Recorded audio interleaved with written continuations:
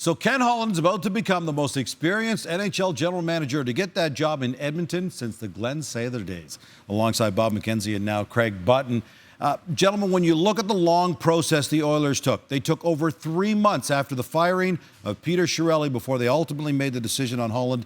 After all that long wait and all that search, did they get it right? Absolutely they did. What are the Edmonton Oilers trying to be? They're trying to be an organization that can have sustained success. Who's been the model for that the last 30 years? It's been the Detroit Red Wings. And who's been part of building that and then having his hands on the steering wheel of that organization? Yeah, you're right. It's been Ken Holland. Who's dealt with superstar players in Detroit? Oh, Ken Holland. Do they have a superstar player in Edmonton? Yes, they absolutely do. Ken Holland has surrounded players to help them be the very best they can. A lot of people said you'd never win post-cap era. He won post-cap era. Yes, you can look at some of the most recent moves. It was inevitable that the Detroit Red Wings were going to fall off. And I don't care who the general manager was, but I'll tell you this, Steve Yzerman's going into a really good situation in Detroit because Ken Holland's left them with a really good cupboard of prospects and young players. So when I look at what Bob Nicholson did, I think this is absolutely the right hire for the Edmonton Oilers. But while they were looking for an NHL general manager, they lost out on a couple of very solid coaching candidates. Alain Vigneault, Joel Quenneville both went elsewhere.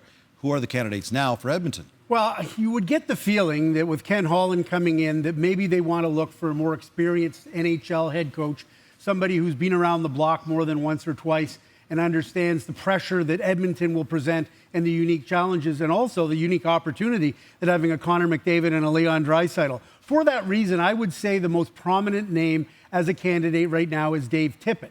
Now, Dave Tippett, of course, is a veteran National Hockey League coach who's currently working with the Seattle expansion group in an off-ice role.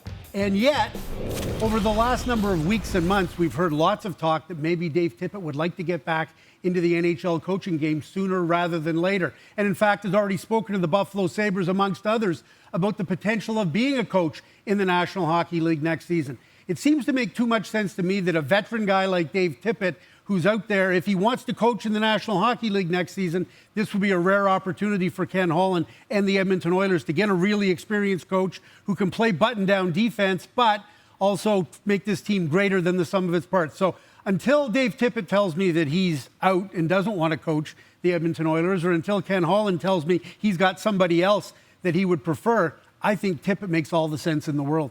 All right, so Ken Holland's got to hire a new head coach. He's also got to get ready for the NHL draft, which is coming up in Vancouver next month. They pick at the number 8 slot. Who do you like there for them? Well, there's a lot of players, but 3 players I like from the USA National Team Development Program. Cole Caulfield, the best goal scorer in the draft. I don't think he'll be available, and if he is, they should jump all over him. Because imagine him playing with Connor McDavid. The guy's an elite goal scorer. Matthew Boldy, kind of in the mold of a Mikko Rantanen type. Yeah, I think he'd look pretty good there. And Trevor Zegras, a center who can also play left wing. He has a style of game that's more along the lines of Elias Pettersson. Elite talent, and they need big-time skill up front. These are 3 players that I think would be nice fits. When Ken Holland took over the Red Wings, he was inheriting a Stanley Cup championship team and then took them back for another title in 1998. Oiler fans don't expect a Stanley Cup, but a first trip to the playoffs in 3 years, that'd be a good start.